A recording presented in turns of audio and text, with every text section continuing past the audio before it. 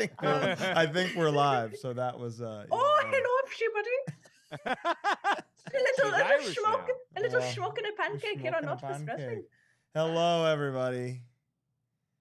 Holy moly. What a week. What a week it's been. It has been a week. Folks, we have Gold Member here with us. Gold Member, thank you. She so loves much. gold. Oh, so tasty. Oh, well, we're 2 days late because a holiday, B it just felt wrong to go live so fast, right? Well, what could we have offered that conversation that wasn't already being talked about everywhere? And now we can enter this conversation with the what if answered. Yeah. Yeah, that's true, isn't it? A lot of fun. Yeah. We're not trying to profit off of 3 days of speculation, you know? Yeah. But if we do in the meantime, I mean, no, I'm totally kidding. We're just gonna tell you what we know happened. Okay? On this show that we just watched. Yeah, I can't wait for this, please. Nothing else. Where to begin, Jordan? Should we just talk? Was it that rough? Were the last 2 hours that rough? No, that was great. No. It was okay. Great show. Shockingly it was unbelievable. Good. The thing is, with a show, you all, if you're tuning in, you know what the drama is. You know what happened. We all have some idea, but we don't fully know. So it's just like, we would just be throwing our opinions around about that half-ass, and it's not fun or helpful. But now we see what AEW can do when the chips are down, and this was probably, if you wanted to call this the best episode of Dynamite, I would not push back at you. I would. I think that's Jordan being Jordan, Alicia. Okay, I was about to say, was it that good? To me, that's Jordan being Jordan. But I think, considering the circumstances and the, you know what that means, Jordan? Okay. Is Jordan being Jordan just like overzealous? He's just crazy, man. That Jordan. You know how I feel about Jordan. I think he's over, but I think he's crazy. To Colin, I'm Daniel Garcia in Buffalo. Absolutely. I would say, considering the circumstances, it's pretty unbelievable what they pulled off. So it started off with obviously the MJF promo, because who's gonna distract you from the shenanigans? And quite frankly, who cuts a better promo than him as of right now? Like, it's hard. He's untouchable. I didn't even see what happened tonight. As you guys know, beforehand, I was caught up with something. But, like, just knowing that he started it off makes so much sense. No one's going to even think about the drama from the weekend. It's like, he's back. Holy shit. Oh, Alicia, it was over. In in minutes, nobody was thinking about it, because with the combination of this promo, him coming out in a Buffalo Bills jersey and like acting like a babyface, and then Moxley came out to be like, "Why are you lying to them?" And then he was like, "You're right. I fuck these people." So they're keeping him heel. He's full heel. Yeah, absolutely. Oh, I love it. So there's no point or anything momentous to kind of make that change, like we maybe thought over the weekend, potentially at the pay-per-view. There's no point in turning him yet. Like, let's just keep him an asshole. He's so good at it. And Max and Mox is money whenever it happens again. So, and I like, nobody's booing Moxley yet, you know. And even if they do boo him, they're gonna love to boo him. Like, I don't think that that's a person who really gets like pure hatred from fans. Yeah. So that's a cool dynamic. I feel like it's the same with Max. You love to hate him. You don't necessarily hate him. I love to love him. I think that the crowd for a moment was ready to boo Moxley and be on the side of MJF, but Mox always, for somehow he can feel the temperature and be like, okay, I'm gonna get you. I'm gonna turn you. I'm gonna get you to do what I want. He really did that tonight. He absolutely, he had one sentence with MJF, and then the whole promo, the whole segment, the whole thing. Well, eventually he cut what I would call an impassioned promo. Yes, he eventually, once MJF is out of there, and it's all about Mox, an impassioned, powerful promo about why AEW is important, why the belt is important, and why watching wrestling is fun. It genuinely was like the best version of one of these promos I've seen, maybe, at least in my time. It was watching awesome. Wrestling. It was unbelievable. There's a couple excerpts from this MJF promo we gotta analyze it. He said, a wise Jewish man whose name started with the letter M split the sea and led his people to the promised land. God. And then he said he's not saying he's Moses, he's saying he's better than Moses. He did not say this. I love him so much. He's such a dick. Oh my God. Brilliant. One of the first things I ever noticed about Max when I started working with him, because we kind of had one of his first real like feuds in wrestling years ago. And we did so much stuff back and forth. It was just how well he can volley and ping pong and just be like that huge egotistical essence that like just knows he's the shit. I don't know if that's because like Max like really believes it or if it's just so flawless to him and effortless. But man, to come out and say that, that's so ballsy. That's like the whole John awesome. Lennon bigger than Jesus thing. Like that's wild. Absolutely. The balls on that guy. Kudos to him. And it was like, that was when he was still faking the babyface thing. So like the entire arena cheered at that. Wow, good going. It was awesome. Yeah, it was great. And here, I guess like that. I want this babyface to exist for real. Like here's if he didn't break and he was just a mean guy trying to be a babyface, and that's the character. Oh, I love it. I would be on board. That'd be when fun. He was like I gotta address the elephant in the room. And I don't just mean this fat lady over here. I'm just kidding, ma'am. I'll see you after the show. Like that shit. The place exploded in laughter. And like unbelievable stuff.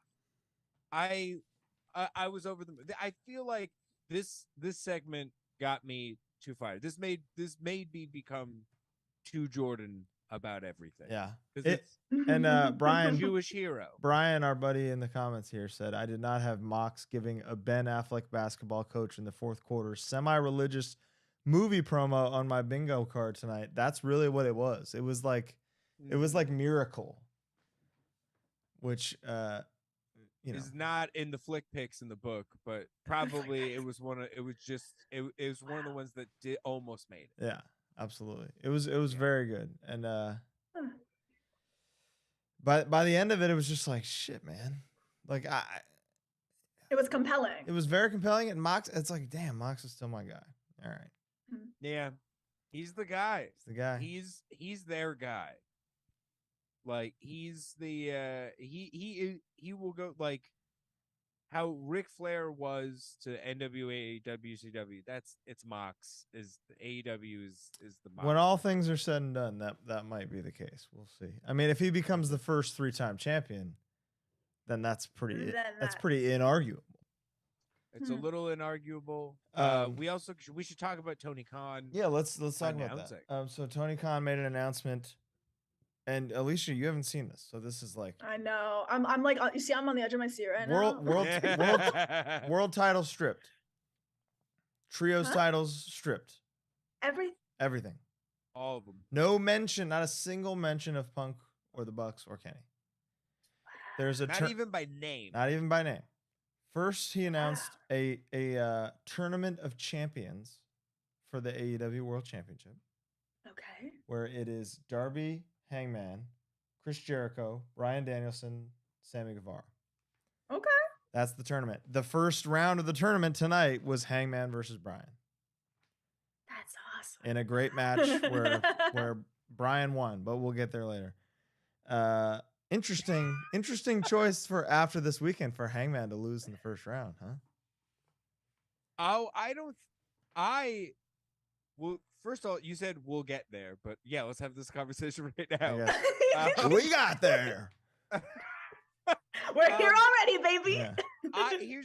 I feel like a lot of people were like, ooh, like, are they punishing Hangman? Like, they're not.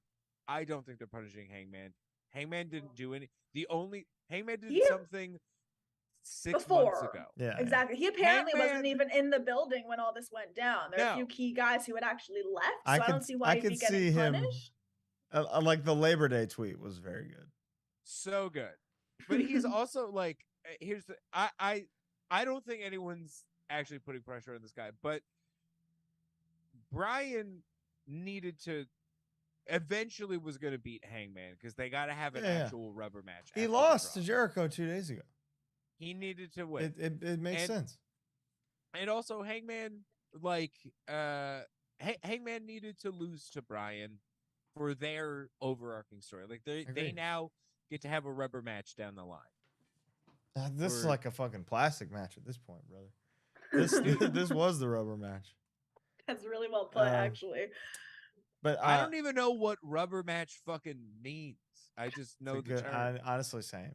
But I just the context though. But you're throwing it around confidently enough, where you're so convinced that you think you know what it means. Rubber. So I guess really rubber and the number 3 have something in common. We'll look it up later. But anyway, so there's also we had to figure out what happened to the trios titles, Alicia. Of course. So Best Friends versus Death Triangle. Winner are the trios champions. Just like that. And this opened the show. Open the show. Wow. Okay. Great match. Very PWG Reseda type deal. Where Death Triangle won by pinfall. New trios champs.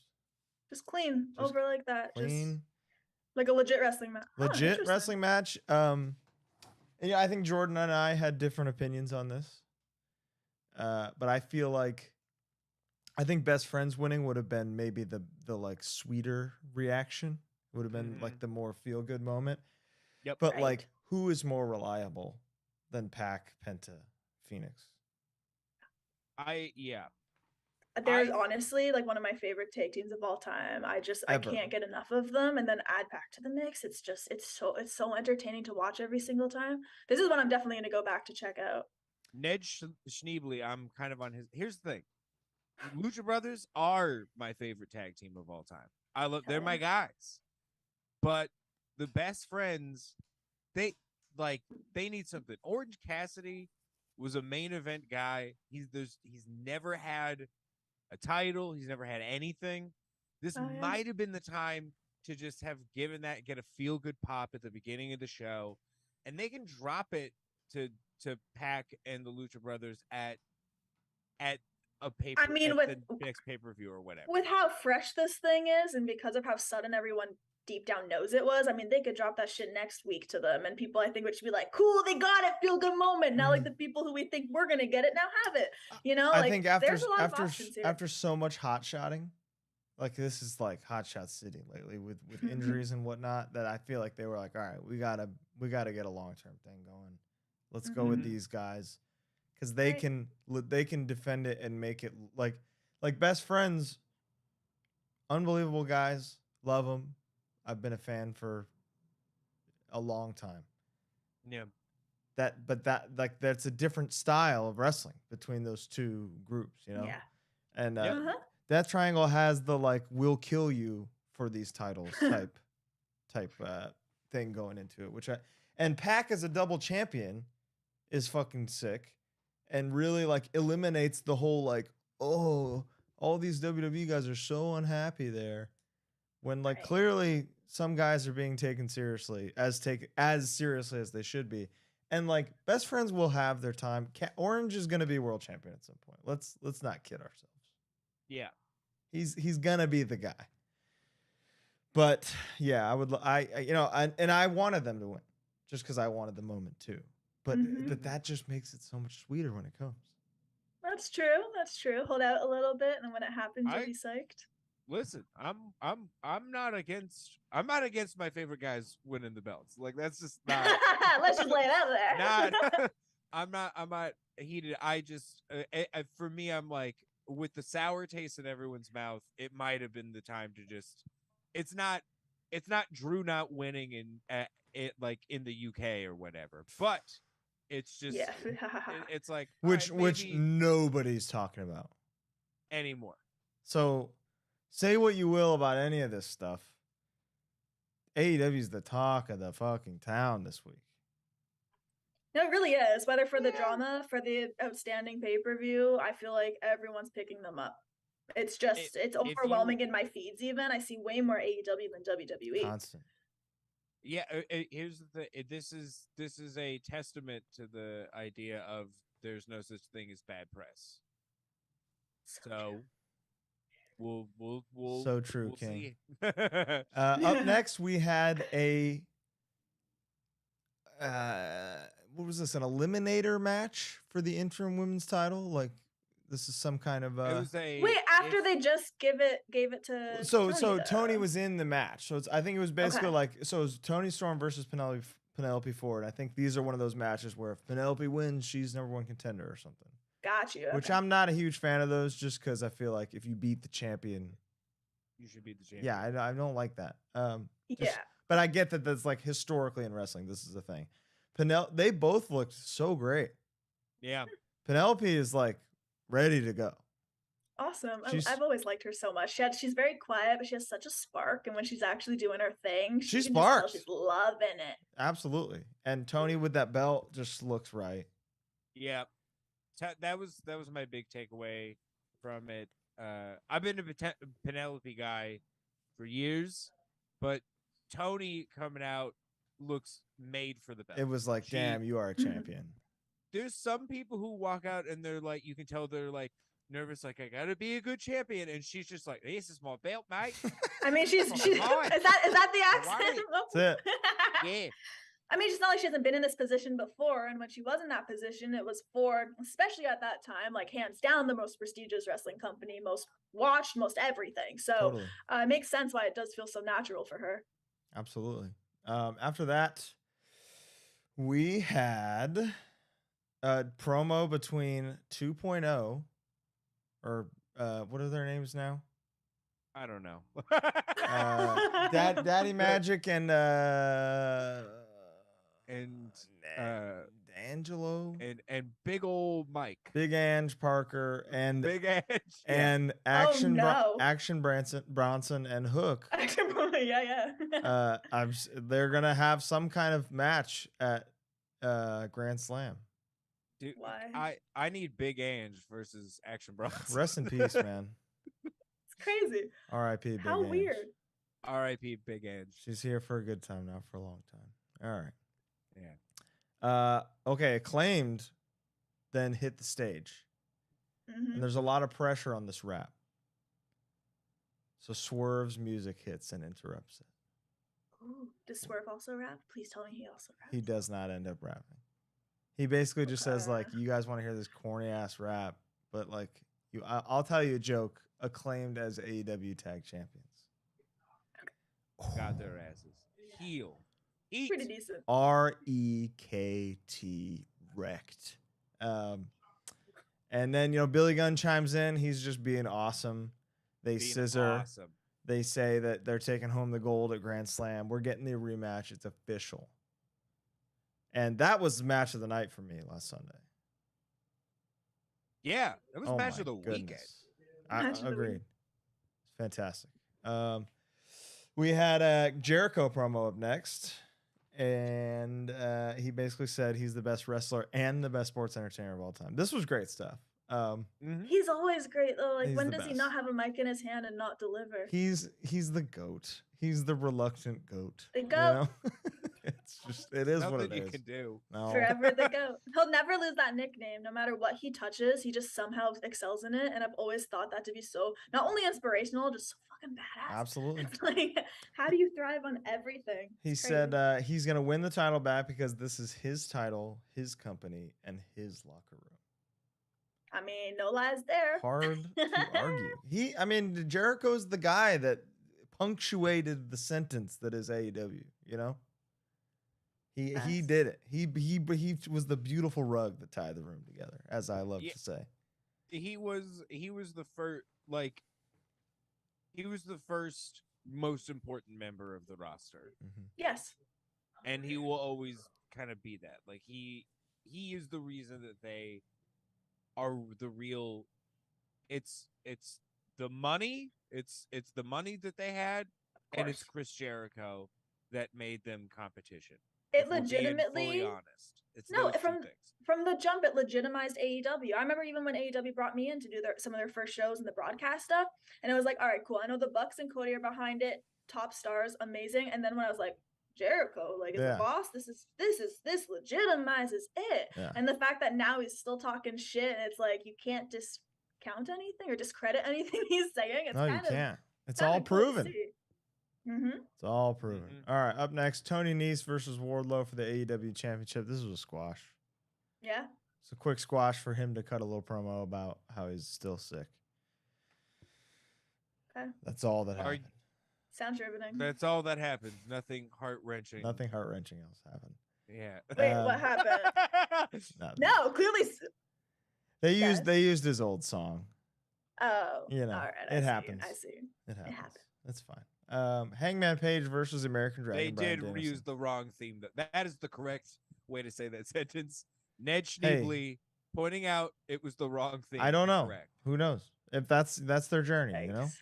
We love the song. We're proud of the work we did, but this is business, baby. We get it. We get it. Hangman Page versus Bryan Danielson. We already talked about this, but this was it wasn't an hour-long classic like some of their others. Right. But it was an incredible TV match. Oh, I didn't think you were going to take that sentence there from the way both of you were kind of reacting. No, I loved it. Okay. It was weird because it was like Hangman was what did you think of the reaction for Hangman, Jordan? I expected like a mixed reaction. It was a legit down the middle boos and people trying to start cowboy shit chants, which of course is going to happen. And I think he was expecting that as well. I don't think anyone was surprised that was the reaction. But by the end of the match, that shit was gone. The match, yeah, it was awesome. Bryan, like muted that shit. He did because they're incredible. Hangman is incredible. Mm-hmm. He's an amazing wrestler, and he's an adorable little man. Like, what are you gonna do? I mean, and then Bryan got the win, which again, as we said, just seemed like the right call. So Bryan versus Jericho is the next bracket in the tournament. Really? We're right back to that. And why? I don't.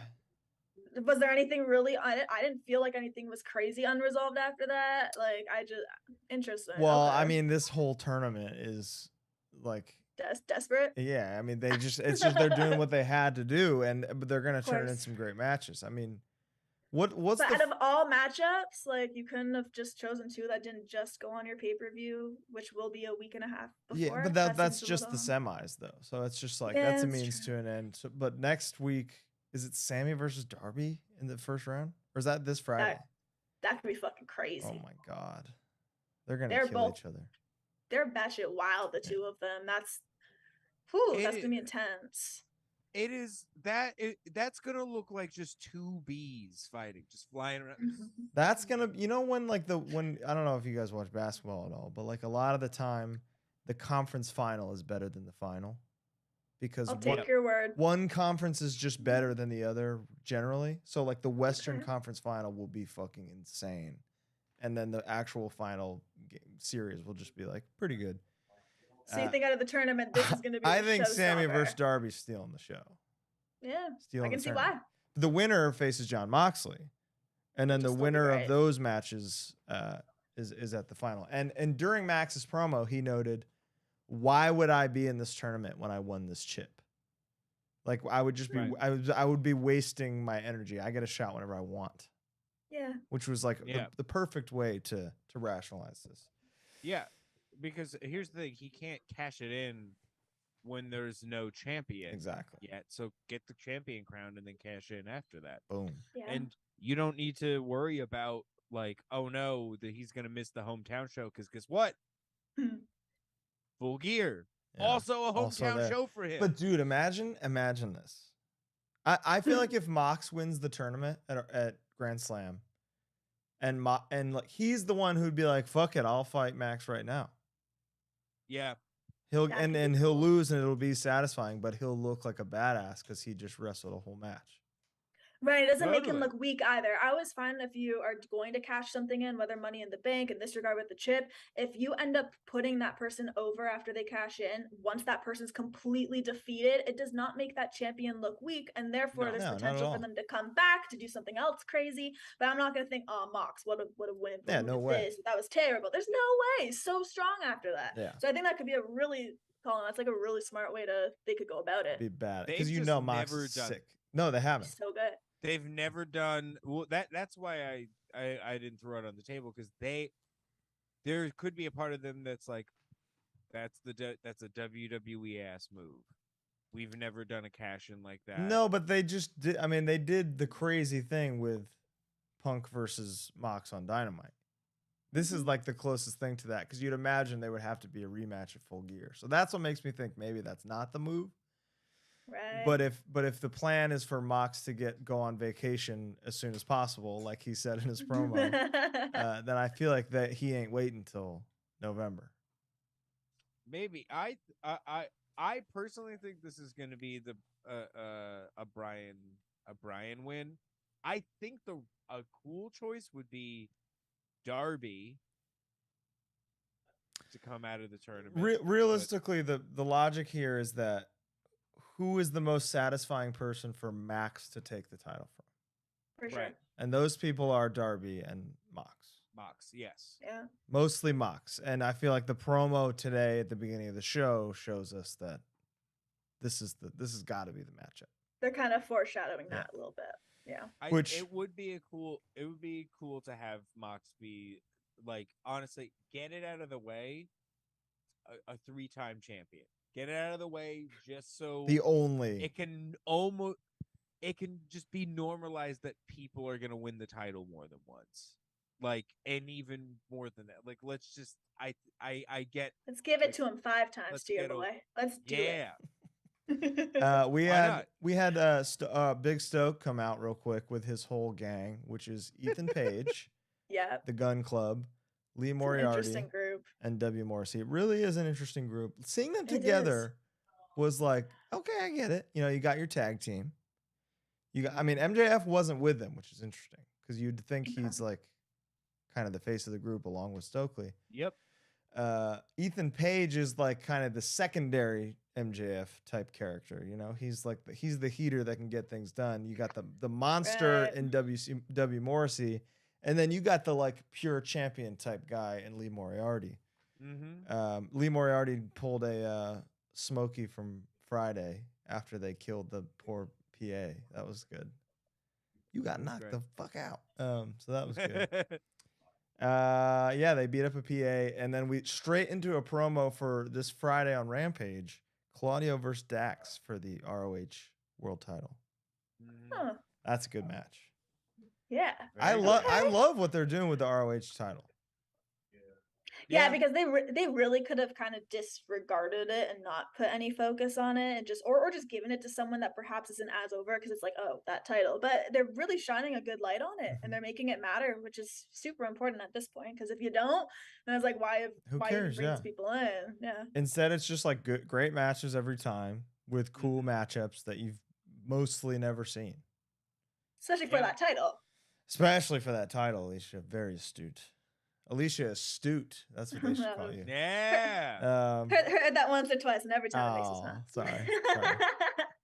All right. Main event time. Red Death, Daniel Garcia versus Wheeler Yuta for the ROH Pure title. First out, Garcia comes out with fucking West Side Gun wrapping him out to the ring. Very sick. Very cool. West Side Gun did need in-ears because he's you can't be on the beat. It's just the way sound travels in arena. It doesn't like you are on the beat where you're standing, but somewhere else it's just not gonna. So the in-ears are a must. A must. But still, it was like the vibe was insane. Like West Side Gun's whole like posse was ringside, and it looked really. They were all wearing red hoodies for Garcia. That's cool. It was beautiful. I'm really glad he stuck with that gimmick. Like, I remember watching Garcia wrestle on super indie shows in Toronto. I'm talking like in front of 50 people, and us all just thinking, this kid, because he was like 17 when I first met him. He's 23 now. He's got his whole life. That's what I'm saying. It's insane. We all thought this guy has so much talent. Doesn't even have a driver's license. It was just so kind of awe-inspiring and bizarre because you don't see it that passionate and that quickly being taken to. Yeah. So seeing him do stuff like this, it's really weird but awesome. Go Buffalo boys. Amen. And amen. As you can guess from West Side Gun wrapping the guy to the ring, him wrestling in his hometown cheering from this entire match. A, the match was great. B, Daniel Garcia won by submission. Ooh, okay, so like a classic for him. For him. Okay. He has a lot of submissions in his arsenal. He does, awesome. And he used the Dragon Tamer, as it's now called, which is his like sharpshooter with the kind of like shin bridge at the end. Right. And you know, it got to the point where these are pure rules now, and Yuta was getting frustrated, throwing closed fists, rope breaking. And it's like you can see that's kind of what led to, like, Garcia was just there mentally. He was ready for the pure style. Beautiful win. The post match, Bryan Danielson comes out, physically puts the belt on his waist. Oh, are you serious? It was so beautiful. Oh, wow. Yeah. Okay. And Jericho comes out. He does a "What the hell are you doing?" type thing. What are you doing? Yeah. My boy. My special boy. And that was the show. Father help. Well, that's a really good episode to kind great. of be a nice mask on everything that's went down. Yeah, you never would have known by watching that. No. Also, Punk and Young Bucks not in the like Dynamite intro thing at all. Yeah. No, they were taken out of that. So there's that. Really? They were not part of a single recap. They were not. Or like mentioned. suspended. Yeah. Their names are suspended. Their names. It was just A&W tonight, folks. They're like, It was. Their likeness is even like that's intense. They ain't getting were not residuals happy. for this one. Smart. Yeah. Smart as shit. The way they handled the rap, extremely smart. The way they had like clearly reined in MJF as well to be like, listen, this is about me. You just make it about you. Do not talk about it. Don't fuck with us right now. God. The only thing was he said Mox went to sleep. That was the only very subtle reference to. They let him get, but it wasn't even a reference to. It was just a reference like to the match. Yeah, to like going to bed the night after, you know. Yeah, going to bed after the match. That was what he was talking about. Wasn't about the move. But that was Dynamite. I feel like they did a pretty unbelievable job at putting together this clearly desperation Hail Mary last minute thing. Right, that's exactly it. This was also last minute. No one expected your biggest stars for this to just happen overnight. So it sounds like they really picked things up and recovered with ease. I at the beginning when I was like, if someone said that this was their favorite episode of Dynamite, I would understand. It's not the best one. I don't think that, but there are parts of it where I'm like, I do think in my heart that MJF Mox at the beginning is like top 3 promos legendary. I've ever seen. It was legendary segment. And then you have Hangman Bryan and the Yuta Garcia match. Unbelievable shit. I forgot about the trios match. Trios match was very good. Very good. There's everything was pretty sick on this show. I would call this a must watch if we're being honest here. Okay. This is a must watch, folks. So, it was a feel good. It was a feel good episode somehow. In the light in the dark, you know. Yeah. Amongst the chaos, they rose like a phoenix from the ash. They sure did. They're reborn into something, and it's like whatever you thought. You're like, man, what are they gonna do? Fucking Max is back, man. He's a one-man show. That's enough of a facade across the whole company to just be like, don't even think about it. What you've wanted for months as a wrestling fan has arrived. So zip it and just enjoy the And it immediately met expectations. So good. Immediately, with his promo, with being that, he completely stole the energy of people who wanted to cheer him as a babyface. Awesome. Muted everybody who wanted to like do CM Punk chants or Colt Cabana chants or whatever. Stole that energy. He made it about him, and by doing that, by being the best at being a narcissist in the entire business, he gave the entire show a blank slate to work from. It was a total hard reset, courtesy of one guy. It's impressive, but if anyone's gonna do it, I already know that that's the guy. You better believe it's our mean bar mitzvah boy. It sure is. Jacob. All right. Well, all right, everybody. It's time we say Shabbat Shalom. Say the rest of the Torah. Jordan. I can't. That's not from the Torah. It's not from the no. Which one? We've actually been studying a lot of that over here. We went to like a Hebrew church and school the other day, and we're really fascinated with that. So it's very straight, just like timing of it all. Since you've never brought up the phrasing in all these episodes. Wait. Oh no! Are you saying the worsties is going to Hebrew school? We are together, yes, and church, and we're learning all this great because like the spirituality within that group. It's fascinating. We're learning so much. Wait. Yeah. I don't know what's happening. Wait. I don't know. You're telling me the worsties? Are you in a Jewish cult? The worsties. Cult? The worsties are going. This is breaking news, guys. And this it's a lot for me. I 180'd pretty much. I went from being like a full on. I never talk about this stuff, but from being like full on atheist to like there's stuff out there. I'm a little spiritual. Oh, now, okay. So you're going to like enlighten yourself. You're not going for like. We want to be awake. That's what you're saying. Say. That's what I am saying. I genuinely, and I hope you don't take offense to this. I thought you were telling me that the worsties were going to Hebrew school for like content, and I was like, no, I was like, a terrible human. I was being. like, where do I sign? Where do I watch this? Where do I subscribe? Yeah. No, we would not use a like. No, I would. I absolutely would. I'm gonna start going to Hebrew school and I'm gonna. You can join us going forward. IG Live 5 p.m. on Sunday. Knotfest, me at Hebrew school. Holla, Lord. Yeah. Jordan's gonna call me on Saturdays. I'm gonna be like, "You got some motherfucking nerve calling me on Shabbat, motherfucker." We're celebrating that tomorrow. I can't wait. It's my first one. You're blowing my mind right now, Alicia. All right. I'll hit you up in the group chat, boys. Don't hit me up on Saturday. That's Shabbat. You can. Oh, we know. All right. All right. We'll see. Thank you guys so much. We will see you on Monday. Yes. All right. Bye. Bye.